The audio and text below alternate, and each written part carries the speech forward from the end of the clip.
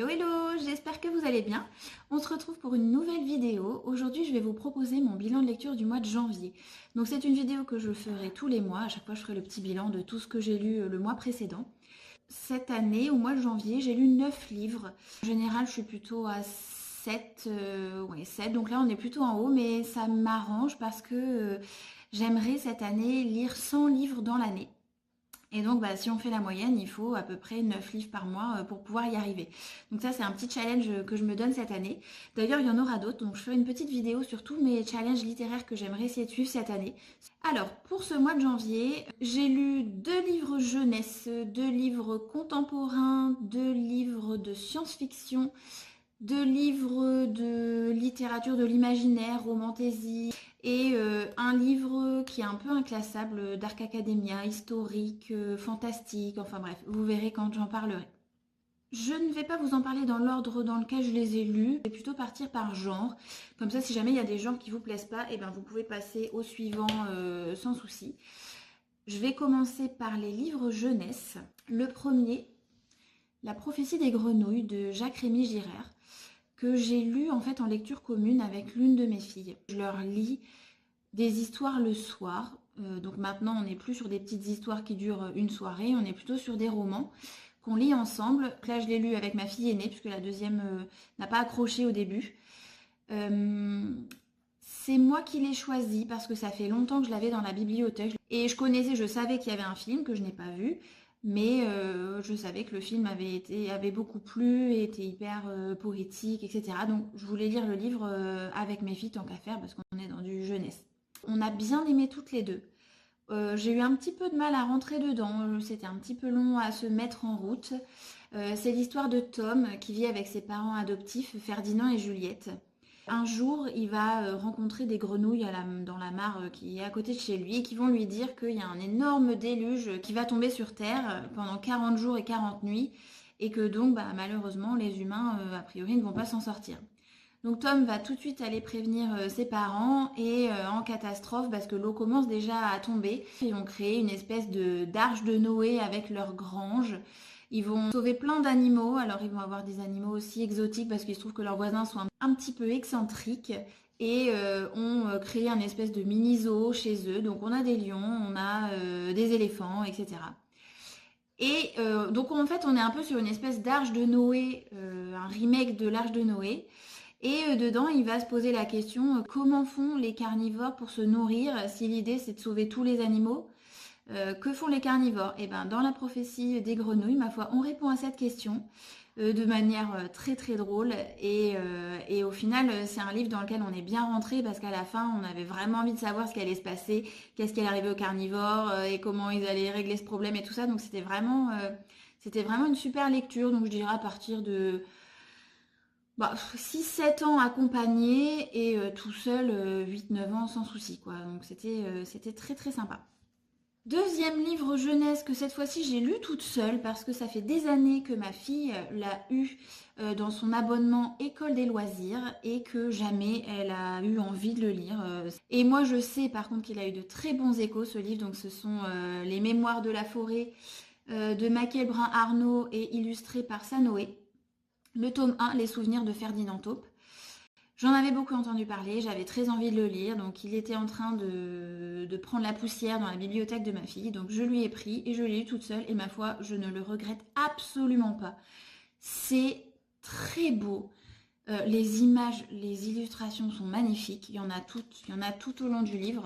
Hop, je ne sais pas si on va en voir là, voilà, on en voit un petit peu. Elles sont magnifiques. Et ça aide vraiment à s'imaginer ce monde de la forêt, des animaux, mais tout le monde est bienveillant. Il n'y a pas de méchants dans cette histoire. Il n'y a pas de méchants et franchement, ça fait trop du bien. C'est l'histoire de Ferdinand Taupe, qui est une vieille taupe et qui commence sérieusement à perdre la mémoire. Donc c'est vraiment, alors c'est la maladie de l'oubli tout, mais forcément on pense à la maladie d'Alzheimer. Et Archibald Renard, c'est le libraire du coin en fait, et Ferdinand Taupe est l'un de ses clients. Ferdinand va venir chercher dans cette librairie un livre qu'il a écrit quand il était jeune et qui raconte toute sa jeunesse et toute sa vie. Et comme il est en train d'oublier tous ses souvenirs. Il cherche sa femme, mais il sait pas où elle est, sa femme. Et le libraire n'a jamais entendu parler de sa femme. Et malheureusement, ce livre a disparu. Il a été acheté juste la veille avant que Ferdinand ne vienne le chercher. Et donc tous les deux amis, grâce à quelques photos, souvenirs, vont partir sur les traces de ce livre et surtout des souvenirs de Ferdinand. Et c'est d'une poésie, et c'est beau, et c'est gentil, et enfin, vraiment, c'est hyper agréable à lire. Alors pour les enfants, c'est un petit peu gros. Bon, après c'est écrit gros dedans, mais quand même. Donc à partir de 9 ans, je dirais. Mais même en tant qu'adulte, je me suis régalée. Il y a 4 tomes. On voit que les couvertures représentent chacune une saison. Et j'avoue, j'ai très très envie de les lire. Et ce qui m'a aussi donné envie de le lire, c'est qu'il y a des belles éditions qui sont sorties là récemment. Et j'avoue, elles me font de l'œil. Donc bon, à voir. En tout cas, je vais lire la suite, ça c'est sûr et certain. Passons maintenant aux lectures contemporaines. J'en ai lu 2 aussi. Le premier, c'est Le Grand Magasin des Rêves de Limillé, que j'ai eu à Noël, offert par ma sœur, qui l'a lu, elle me l'a dit plein de fois, et à chaque fois, elle trouve de nouvelles raisons d'aimer ce livre. Alors, je l'ai beaucoup aimé.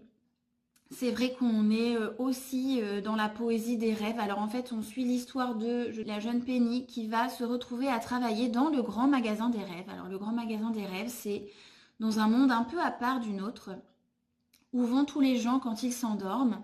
Et ils peuvent aller dans ce grand magasin. Il existe d'autres magasins, en fait, c'est toute une ville, mais il y a ce grand magasin dans lequel on vend des rêves. Et les gens viennent chercher le rêve qu'ils veulent. Donc il y a des thématiques.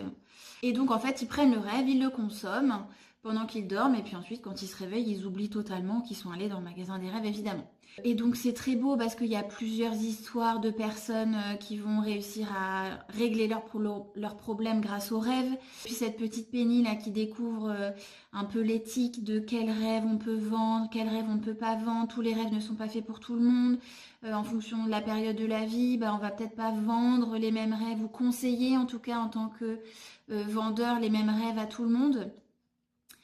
Et ça, c'était très chouette. Le monde est très beau. On visualise quelque chose d'un peu onirique. Moi, je les vois un peu marcher sur les nuages, dans les rues. Enfin bref, c'est très très drôle. On nous parle du Père Noël, qui n'est rien d'autre qu'un vendeur de rêves. Donc je trouve ça très très poétique. Bon, ce qui est un peu dommage, mais bon, c'est un peu le postulat de base. Donc je suis passée au-delà après. Mais c'est que quand même, on est dans une logique purement capitaliste de on vend des rêves. Donc c'est dommage, mais comme c'est le postulat de base, sinon en fait il n'y avait pas d'histoire. Donc je suis quand même passée au-delà sans souci. Ce livre-là, oui, je le conseille. Je crois qu'il y a un tome 2 et je pense que je le lirai avec grand grand plaisir. Deuxième livre contemporain, j'en avais parlé aussi, il était dans ma pile à lire depuis des années et en fait de vous en parler, ça m'a donné envie de le lire en me disant allez cette fois-ci il faut que je le fasse et franchement ça me fait trop envie. C'est Point cardinal de Léonore de Recondo. Donc c'est un livre, je suis allée voir depuis, qui date de 2017. Donc en fait je pense que ça fait plus que 2 ou 3 ans que je l'avais dans ma pile à lire. Et donc c'est l'histoire de Laurent qui est un homme marié, il a 2 enfants qui sont adolescents. Et en fait au début de l'histoire, on se rend compte qu'il se travestit régulièrement, enfin une fois par semaine, sans en parler à sa femme ni à ses enfants. Parce que au fond de lui, il sent bien qu'il n'est pas un homme, qu'il y a une femme au fond de lui qui ne demande qu'à sortir. Et donc il la laisse sortir un peu en cachette de temps en temps, mais rapidement ça ne va plus lui convenir, ce sera trop peu. Et donc il va se travestir une fois chez lui, quand sa femme et ses enfants ne sont pas là, et sa femme va trouver un cheveu blond qui vient de sa perruque. Et ça va créer toute une sorte de quiproquo. Sa femme va penser qu'il la trompe. Elle va finir par essayer de le suivre pour essayer d'en avoir le cœur net. Et c'est là qu'elle va se rendre compte que Laurent, en fait, parfois se travestit. Et surtout, ça va déclencher, en fait, la vraie transformation de Laurent. Une fois que sa femme est au courant, ça fait un déclic à l'intérieur de lui. Et il se dit, ça y est, c'est tout. Je ne suis pas un homme, je suis une femme. Et donc on va suivre sa transformation. On va suivre sa transformation aussi auprès de ses proches, la façon dont réagit sa femme, dont réagissent les enfants qui sont 2 ados. Ils réagissent pas du tout de la même façon. Et le courage qu'il a de changer totalement. Alors c'est du courage et en même temps c'est pas du courage parce que pour lui c'est tellement un besoin, il peut pas faire autrement. C'est plus possible, il ne peut plus vivre en tant que Laurent. C'est pas lui, il a besoin de vivre en tant que femme. Et donc parfois j'étais un peu, quand je lisais ça, j'étais un peu mais il est drôlement, enfin il est égoïste quand même parce qu'il s'est pas demandé comment sa femme allait réagir, il s'est pas demandé comment ses enfants allaient réagir, il a pas essayé d'anticiper. Et même quand il y a des réactions, son fils réagit très très mal, très très violemment. Et ben c'est tout quoi, il continue et il n'y a pas vraiment de discussion à part pour lui dire bah, j'ai pas le choix, tu sais, c'est comme ça. Alors, je comprends très bien et c'est très bien écrit parce qu'on sent son besoin et c'est viscéral et il peut pas revenir en arrière et il peut pas dire non mais c'est tout, j'arrête, tant pis. Mais d'un autre côté, c'est courageux et c'est égoïste. Mais je pense qu'en vrai, pour faire ce genre de transition, il faut être courageux et il faut être égoïste. Il y a un moment, ces personnes-là, elles ont tout fait parfois pour cacher ça ou pour essayer de le renier ou pour se dire je suis pas normale, qu'est-ce qui se passe, ça va pas. Et puis un jour, clic. Bah non, en fait, c'est pas ça. C'est que juste je me sens pas bien dans mon corps. C'est pas, mon corps ne correspond pas à ce que je suis dans ma tête et donc il faut que je change. Et il n'y a pas le choix et c'est comme ça. Et donc, oui, c'est égoïste, mais parce que bah, il y a des fois aussi, on a des besoins et il faut penser à soi. Et les gens qui sont autour, malheureusement, on peut savoir que ça va les blesser, mais on ne peut pas vivre une vie qui n'est pas notre vie. Donc voilà, c'était un peu cette ambivalence de dire, mais mince, il ne pense pas aux autres. Et d'un autre côté, bah oui, mais il a pensé aux autres pendant des années, et là, il faut qu'il pense à lui. Il le faut, parce qu'il en va de sa vie, et de sa vie psychologique et tout ça. Donc vraiment, très très beau livre. J'ai vraiment bien aimé. Je pense que c'est très bien expliqué. Je sais pas du tout comment j'aurais réagi à la place de sa femme. Franchement, la réaction de sa femme, j'étais, oh, je sais pas si j'aurais pu, je sais pas si j'aurais pu. Enfin, c'est tellement humain, quoi. Donc voilà, vraiment super livre, donc je le recommande. Ensuite, un livre que je ne sais pas trop classer, mais dont j'ai déjà parlé, donc je vais essayer de faire court, c'est Babel de R.F. Kuang, que j'ai lu dans un vlog lecture, donc je l'ai lu de A à Z avec vous. Alors, je ne sais pas trop classer parce que c'est historique, puisque ça se passe au 19e siècle, mais c'est du fantastique parce qu'il y a un petit peu de magie, et c'est un peu de la Dark Academia parce que ça se passe dans une école. Donc voilà, c'est un petit mélange de tout ça. Alors, gros pavé, magnifique livre.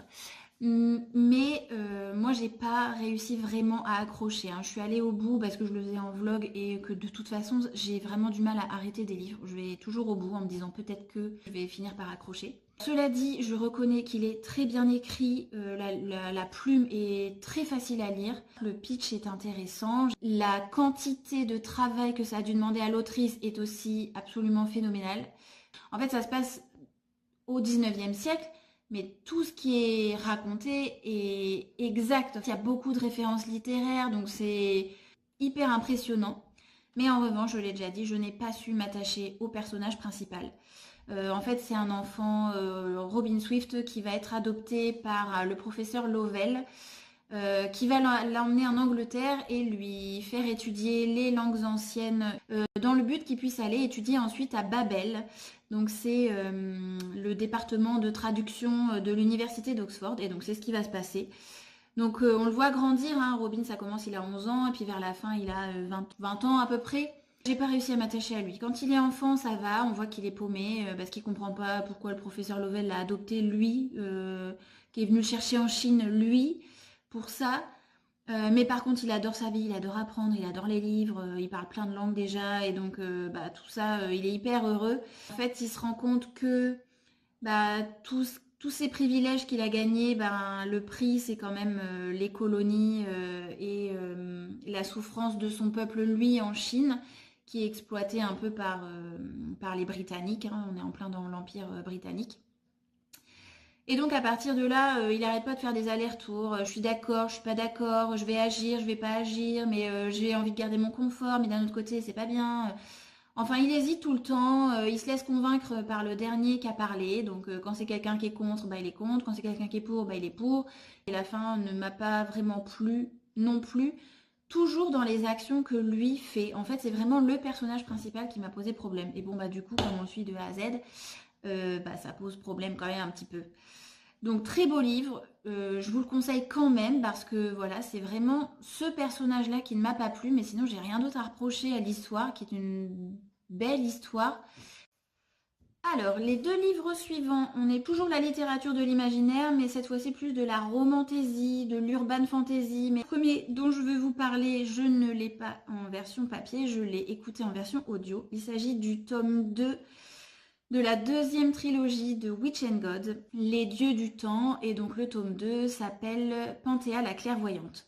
Je confirme que je suis toujours plus à fond sur cette trilogie que sur la précédente, sachant que la précédente j'ai vraiment beaucoup aimé. Mais là, je l'avais dit, il y a plus de profondeur dans l'histoire, dans l'intrigue. D'ailleurs, il y a beaucoup moins, il n'y a pas du tout de scènes de sexe explicite, de smut, hein, comme on dit. Donc j'avoue, ça m'a un peu soulagée parce que j'étais pas fan de ça, surtout en audio. Panthéa, c'est la deuxième sorcière qui a réalisé un sort interdit avec deux autres de ses amis. La première, c'était Pasiphae, donc c'est le tome 1. Panthéa, on est dans le tome 2. Et on voit que chacune va devoir payer le prix pour avoir réalisé ce sort interdit.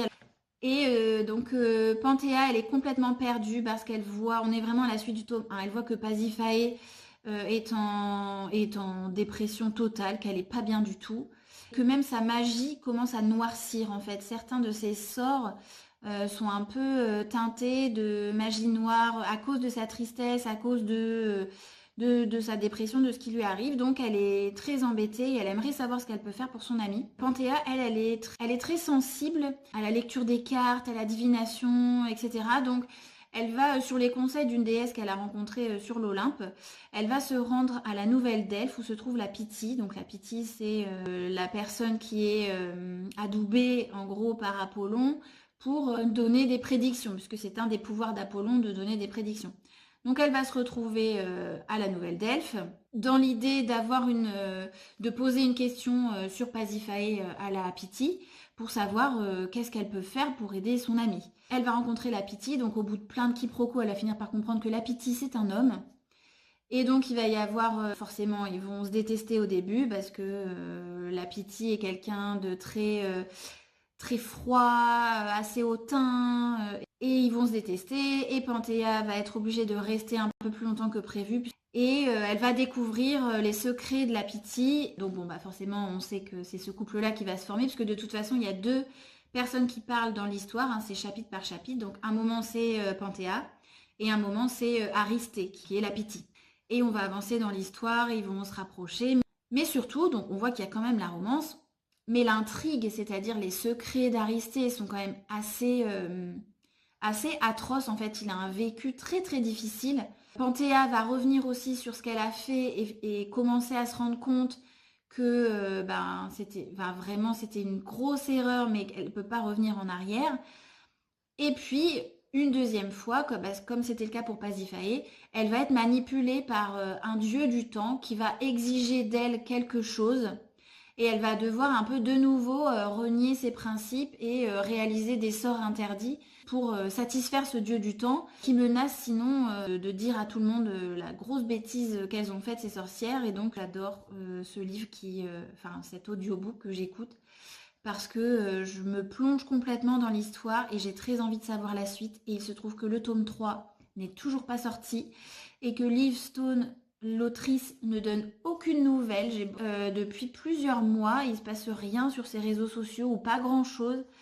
Et donc, je suis un peu triste de ne pas voir la suite. J'espère surtout pour elle que c'est rien de grave. Mais peut-être que ça se trouve, il n'y aura jamais la fin de cette histoire. Donc c'est dommage, mais on verra bien ce qui arrive. Donc en tout cas, dès que ça sort, moi je saute dessus. Ensuite, un autre livre. Donc là, on est dans de urban fantasy, romantasy un petit peu, mais plutôt urban fantasy. Ça se passe dans une ville, la ville de Budapest, qui est aux mains à moitié des humains, à moitié des failles. Et donc les deux peuples sont plus ou moins en guerre ou en guerre froide en tout cas. Et Brexley est une humaine qui va se retrouver arrêtée par des failles et enfermée dans la prison qui s'appelle Terror House et qui est la prison dont personne ne sort. Aucun des humains qui y a été n'en est jamais ressorti pour raconter ce qui s'y passait. Et donc elle va se retrouver enfermée dans cette prison et là elle va y rencontrer Warwick Farkas, qui était un des leaders Fae, mais qui s'est retrouvé dans cette prison, donc quelqu'un d'absolument terrifiant, qui s'est tué je sais pas combien d'humains à la minute, enfin bref, un dieu de la guerre. Et elle va le retrouver, donc forcément, au début, elle en a peur, elle le déteste. Et c'est vrai que cette prison, pour le coup, les descriptions de la prison, elle est vraiment très très glauque. Et c'est pour ça que j'ai... Alors là, pour le coup, ce livre, je l'ai bien aimé dans cette partie-là. La partie dans la prison, elle est vraiment bien, parce qu'elle est bien décrite. Mais c'est un petit peu trop court à mon goût. C'est-à-dire que... alors le début est bien, parce que bon, forcément, il faut comprendre comment elle y va, et d'où elle vient, et un peu ce qu'il y a derrière elle, qui elle est. La partie dans la prison est bien, mais la fin me plaît un petit peu moins. Alors il y a une tension sexuelle clairement entre les deux personnages. Il se passe rien d'explicite, mais ça va beaucoup perturber toutes les pensées de la narratrice. Et donc des fois on a envie de dire bon bah ça va, tu te calmes et puis essaye d'être un peu de penser un petit peu à autre chose parce que tu es quand même dans une situation un petit peu pourrie. Donc peut-être que c'est pas une bonne idée de ne penser qu'à ça, pense à autre chose. Donc voilà, c'était peut-être un petit peu too much à ce niveau-là, mais à part ça, c'est quand même une histoire qui est assez prenante. Et bah pour la suite, il y a quand même un cliffhanger incroyable à la fin. Et donc bah, j'ai forcément envie de lire le tome 2. J'ai pas hâte de le lire, mais j'ai envie de le lire, donc je le lirai, c'est sûr. Et donc je l'ai pas dit, c'est de Stacey Mary Brown. Et enfin, les deux derniers livres que j'ai lus, ce sont des livres de science-fiction. Alors, on a un... Alors, je peux pas dire un post-apocalyptique parce que ça se passe pendant l'apocalypse, d'accord 10 jours avant la fin du monde de Manon Fargeton. On apprend au début de l'histoire que il y a des explosions qui ont eu lieu en Nouvelle-Zélande et sur toute une ligne enfin sur tout un méridien, il y a des explosions qui ont lieu et tout a disparu sur cette ligne d'explosion, quoi. Il n'y a plus de civilisation, il n'y a plus rien. Et on apprend que deux lignes d'explosion se déplacent, l'une vers l'est, l'autre vers l'ouest. Et que les calculs sont vite faits, on apprend que si elles font le tour de la Terre, elles vont se retrouver en Bretagne dans 10 jours. Et nous, on va suivre 5 ou 6 personnages différents qui habitent en France. Et puis la façon dont ils vont réagir face à ça et la façon dont ils vont se rencontrer par hasard d'une manière ou d'une autre, hein, parce que ce sont des personnes qui ne se connaissent pas. On se rend compte que les gens fuient vers le point ultime où les explosions doivent avoir lieu pour essayer de vivre le plus longtemps possible. Donc ces personnes-là, la plupart partent de Paris et puis vont essayer de s'y retrouver.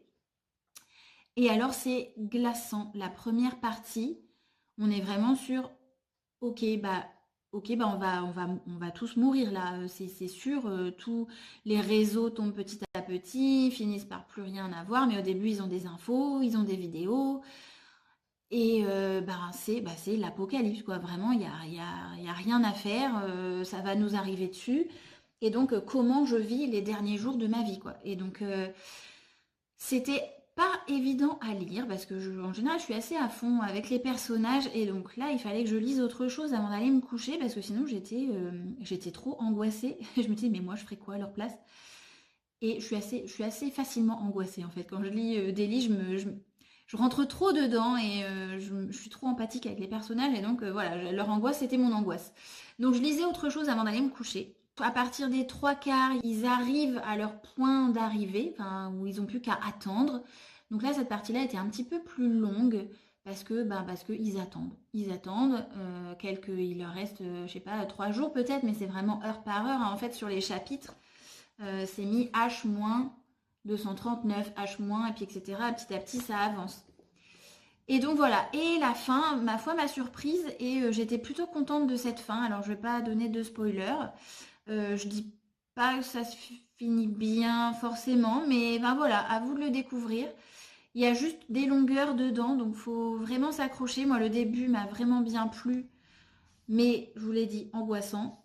Après les trois quarts, il y a eu ce moment d'attente qui m'a un petit peu...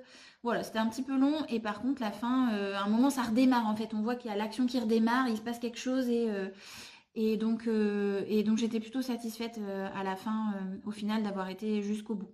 Donc pas un gros coup de cœur, mais un bon livre post-apocalyptique que j'aime bien lire en ce moment. Et enfin, le dernier, ça s'appelle Panorama de Lilia Hassen. Donc c'est un livre de 2023. C'est de la science-fiction pure. Ça se passe aussi en France. Et on est dans une société où les gens vivent avec le regard des autres en permanence. C'est-à-dire que les murs sont en verre, tout est en verre. Donc il ne peut plus y avoir de violence cachée. Les viols, les incestes, enfin plein de choses comme ça, ça n'existe plus parce que tout le monde voit tout le monde et c'est le but. Donc il y a beaucoup de gens qui se sont un petit peu forcés à aller vers ce type d'habitation parce qu'il y a encore des gens qui vivent dans des maisons normales. Mais on voit des espèces de quartiers un peu plus riches avec des super belles maisons, des nouvelles architectures totalement en verre, etc. Et un matin, dans l'un de ces quartiers, on découvre qu'une famille entière a disparu. Les deux parents et le fils. Et personne n'a rien vu. Et donc là, le personnage principal, c'est une commissaire de police qui était un petit peu blasée parce qu'en fait, elle avait plus grand-chose à faire puisqu'il n'y avait plus vraiment de délit commis. En tout cas, elle était de la criminelle, donc il n'y a plus de crime. Et là, elle se retrouve à devoir mener l'enquête de où est passée cette famille. Elle va retrouver un peu ses réflexes de flic de la crime et elle va retrouver un peu son ancien caractère. Elle se rend compte qu'elle s'était un petit peu endormie dans sa vie, elle était dans une espèce de routine. À la fin, elle va découvrir ce qui s'est passé et alors, c'était trop bien. Jusqu'au bout, moi j'étais, mais qu'est-ce qui s'est passé? C'est pas possible, ils ont pas pu disparaître.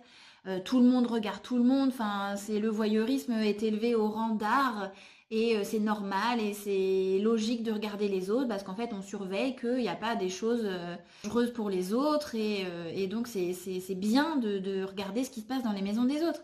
Et donc on se demande comment une famille entière a pu disparaître et que personne ne l'a vu. En plus on est dans un quartier sécurisé un peu à l'américaine. Je ne vous dis pas ce qui s'est passé, je vous laisse le découvrir. Voilà toutes mes lectures du mois de janvier, donc je me suis régalée, hein. J'ai lu un peu de tout et je pense que ça va être à l'image de mon année. J'ai envie de lire de tout. J'ai quand même lu pas mal de livres, enfin quelques livres qui étaient dans ma pile à lire et ça j'en suis contente. Parce qu'entre-temps j'en ai racheté, donc ça veut pas dire qu'elle a rétréci, mais ça veut dire quand même qu'il y a un petit turnover qui se met en route et que c'est pas toujours les mêmes qui restent dans la pile à lire. Si vous avez lu ces livres, surtout, dites-le moi, ça m'intéresse. Qu'est-ce que vous en avez pensé? Vous avez aimé? Vous n'avez pas aimé? Enfin voilà, engageons la conversation, c'est ça qui me plaît le plus. Et si vous avez aimé cette vidéo, eh bien likez, commentez, la routine habituelle. Je vous laisse faire. Allez, bisous, à bientôt!